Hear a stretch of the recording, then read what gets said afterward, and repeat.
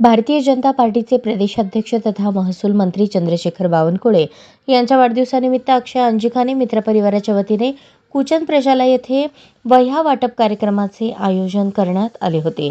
कार्यक्रमाचे प्रास्ताविक संस्थेचे मुख्याध्यापक युवराज मेटे यांनी केले। या प्रसंगी त्यांनी प्रमुख मान्यवरांचे स्वागत करत अक्षय अंजिखाने मित्रपरिवाराचे आभार मानले।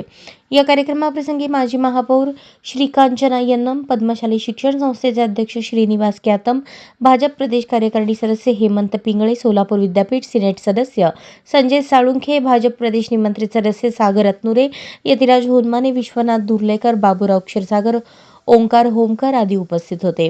कार्यक्रमाचे आयोजक युवा नेते अक्षय अंजिखाने म्हणाले, ज्यांच्या वाढदिवसानिमित्त आपण हा कार्यक्रम आयोजित केला ते चंद्रशेखर बावनकुळे यांचा जीवन प्रवास हा संघर्षमय असून रिक्षा चालक ते जगातील सर्वात मोठ्या पक्षाचे प्रदेशाध्यक्ष आणि महसूल मंत्री पदापर्यंत मजल मारताना त्यांनी सामान्य नागरिकांच्या आणि प्रकल्पग्रस्त लोकांसाठी रस्त्यावर उतरून संघर्ष केला। याच लोकांच्या प्रेमामुळे आज त्यांना इतकं मोठं फळ मिळालं असून आपणही उद्या शिक्षण घेऊन मोठ्या पदावर गेल्यावर गोरगरीब लोकांना केंद्रबिंदू मानून काम करावे असे प्रतिपादन केले। संस्थेचे अध्यक्ष श्रीनिवास क्यातम यांनी अक्षय अंजिखाने यांचे आभार मानत म्हणाले, बावनकुळे यांच्या व्यक्तिमत्वाला साजेसा असा उपक्रम आपण आयोजित केला असून संस्थेच्या वतीने बावनकुळे यांना दीर्घायुष्य लाभावे ही आई तुळजाभवानी चरणी प्रार्थना करतो असे ते म्हणाले।